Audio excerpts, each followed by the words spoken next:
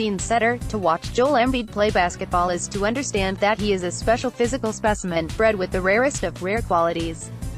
At a hulking 7 feet (260 pounds), he is a massively imposing presence, his towering frame serving as the ultimate interior intimidator. With nimble feet, balance, and coordination, Embiid boasts stunning agility, and has already developed an array of moves and maneuvers that defy his size. His natural shooting touch only makes him that much more dangerous. Between the ears lies another vital asset. It's been less than a decade since Embiid first picked up a basketball, but through intellect, aptitude, and a fiercely competitive psyche, the 24-year-old somehow managed to ascend to a level where he can now dominate a professional sport, in spite of relatively limited experience. These attributes, combined together, have created a dynamic, potentially transformative talent the likes of which might come around once in a generation, or two, or three. And Embiid's uncanny set of anatomical gifts have only seemed to embolden his sense of purpose. More than anything else, the All-Star sounds certain he was made for this time of year. "I live for these moments," Embiid said Friday, the day after he registered 23 points, 7 rebounds, 4 assists, and 3 blocks in the Sixers' 128-108 win over Miami. It was a compelling entrance into the postseason for Embiid. No player in NBA history had ever before reached those statistical minimums in a playoffs debut, and more significant, the Sixers won, reclaiming control of the Eastern Conference quarterfinals. "I thrive in this atmosphere, and I think I was built for this, especially playoff basketball." It would be hard to find fault in the conviction of Embiid's claim. He can give you timely interior baskets when points are in dire need, like, let's say, the decisive second quarter in the Sixers' Game 2 loss.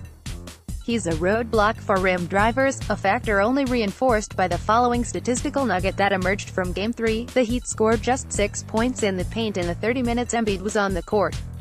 In the time the center has been off the floor in the opening round series, Miami has averaged 28.0 points in the paint.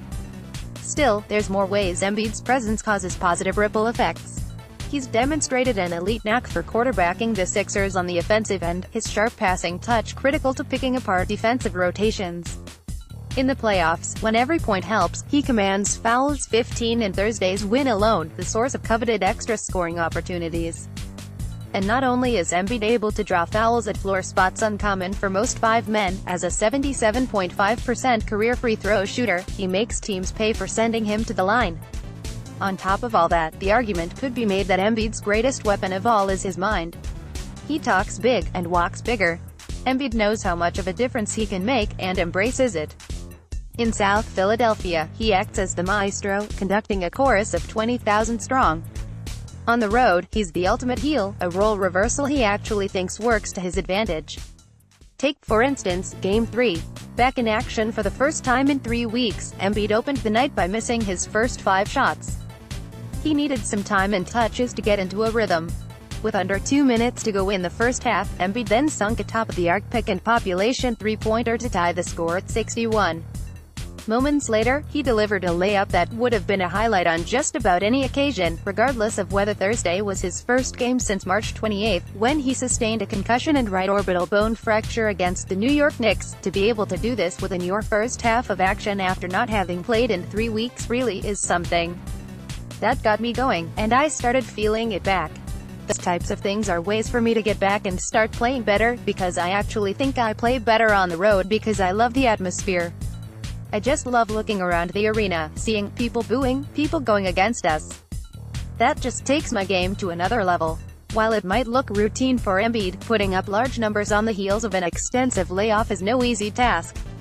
Forget that time didn't allow for him to get many full-court, up-and-down reps in practice in the days leading up to his return. He also had to adjust Thursday to his new protective mask. Brett Brown said he was proud of the professionalism Embiid showed in the face of adverse circumstances. Then again, that's nothing new for Embiid. For Embiid himself, he was simply thrilled to finally get into a postseason game. "It meant a lot," he said Thursday. "I worked really hard for it. I promised the city that.